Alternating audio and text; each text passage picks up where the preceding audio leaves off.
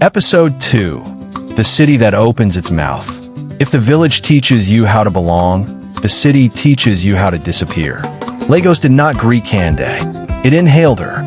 The bus coughed her onto the roadside before dawn, where neon lights blinked like tired eyes and the air tasted of fuel, sweat, and waiting.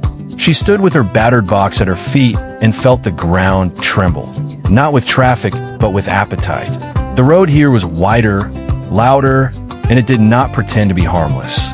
Kehinde tightened her grip on Mama's leather charm. It pulsed once, warm as a heartbeat.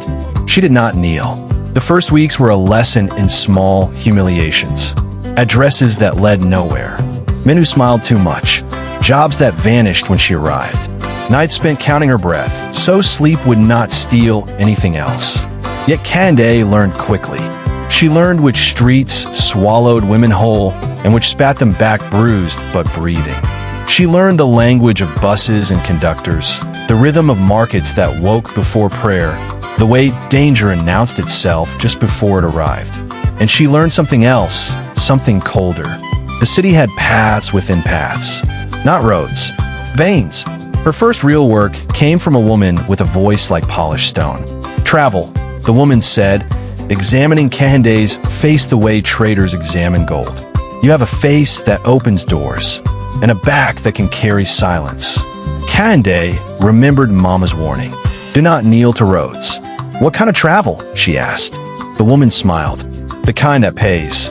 That night, Kehinde dreamed of Taiwo standing at the edge of their village, calling her name while dust filled her mouth. She woke with the taste of iron. She still said yes, because hunger makes promises sound holy. The first journey took her beyond Lagos, beyond the borders drawn by maps.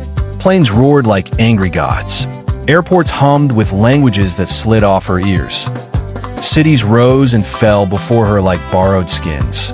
Kehinde traveled with women who never shared their real names. She learned to listen without asking. She learned to leave before curiosity became a chain. And she learned that the road, whether red with dust or black with tar, always wanted something. Sometimes it wanted labor, sometimes beauty, sometimes memory. But Kehinde was not empty-handed. Mama's charm grew warmer the farther she went, as if it recognized old routes. In back rooms and foreign nights, when deals tilted toward danger, the charm tightened, warning her with pain sharp enough to obey. More than once, she walked away while others stayed. More than once, the road snarled. News from home arrived thin and late. Mama's letters were careful, hopeful, heavy with unsaid fear. Taiwo's words trembled between relief and accusation. Come back, Taiwo wrote. Kehinde pressed the letters to her chest in rooms that smelled nothing like home. Soon, she promised the paper, but the world kept opening. Europe taught her cold. The Middle East taught her rules sharper than knives. Asia taught her how small a body can feel under tall buildings. America taught her speed. Everywhere, Kehinde learned the same lesson dressed in different clothes. Survival is a language spoken fluently only by those willing to change accents. She changed, but she did not forget.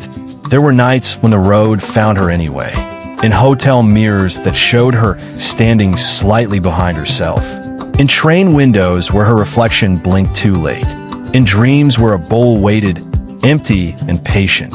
Each time, Kehinde woke sweating, heart racing, alive. Not claimed. Not yet. Back home, silence thickened.